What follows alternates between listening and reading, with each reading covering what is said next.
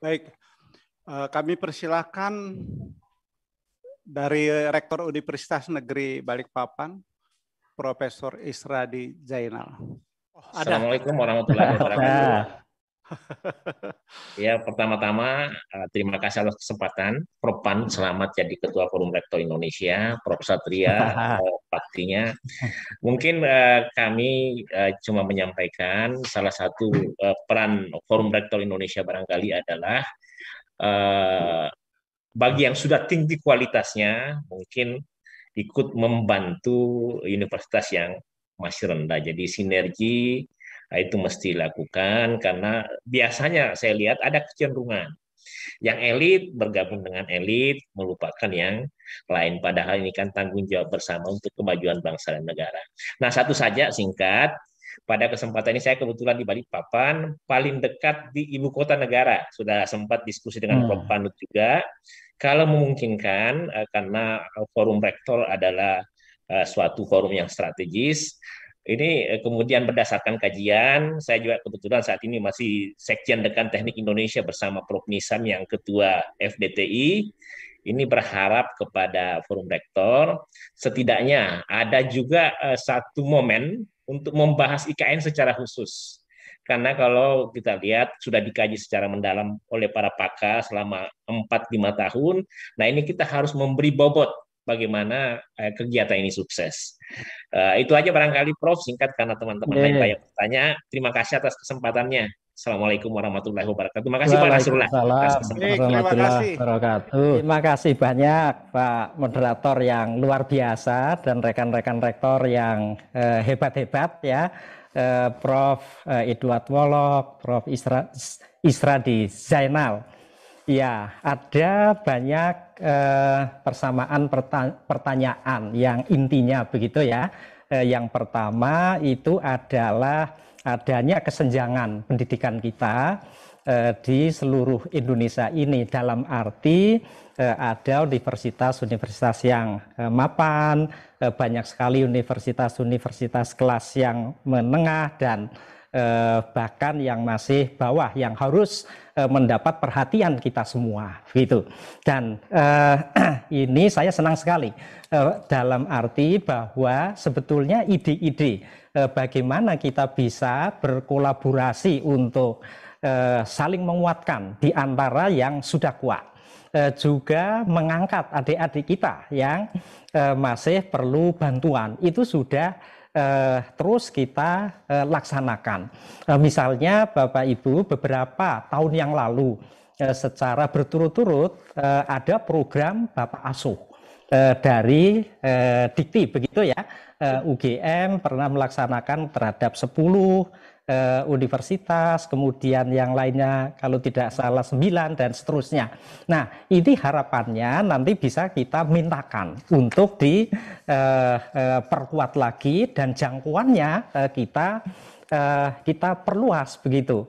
Dan harapannya bahwa MBKM itu tidak hanya tadi kita mendeploy mahasiswa dari yang jauh kuliah ke sini, yang sini kuliah ke luar Jawa, tetapi juga dosennya agar lebih leluasa untuk melakukan kegiatan-kegiatan entah data sharing, entah Bapak angkat ya, Bapak asuh kepada universitas-universitas yang memerlukan.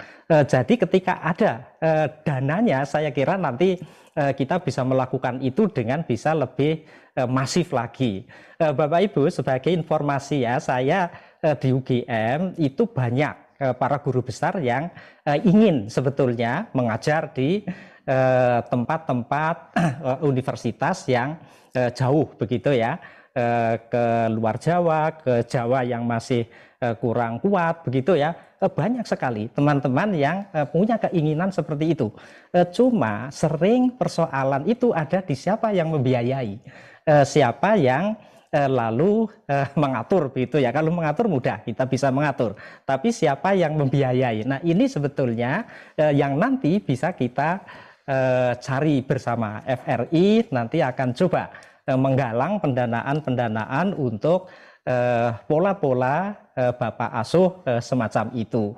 Dan saya yakin banyak sekali dosen-dosen yang nantinya mau mengajar ke berbagai universitas yang memerlukan. Itu saya kira program pertama ya, yang kita nanti akan coba kembangkan atau kita buat dan kita kembangkan. Kemudian cocok sekali tadi Pak Bahlil juga menyampaikan bahwa peran perguruan tinggi itu yang utama adalah bagaimana berkolaborasi dengan industri di daerahnya. Jadi misalnya di tempat Prof. Wolok ya, di sana ada industri apa?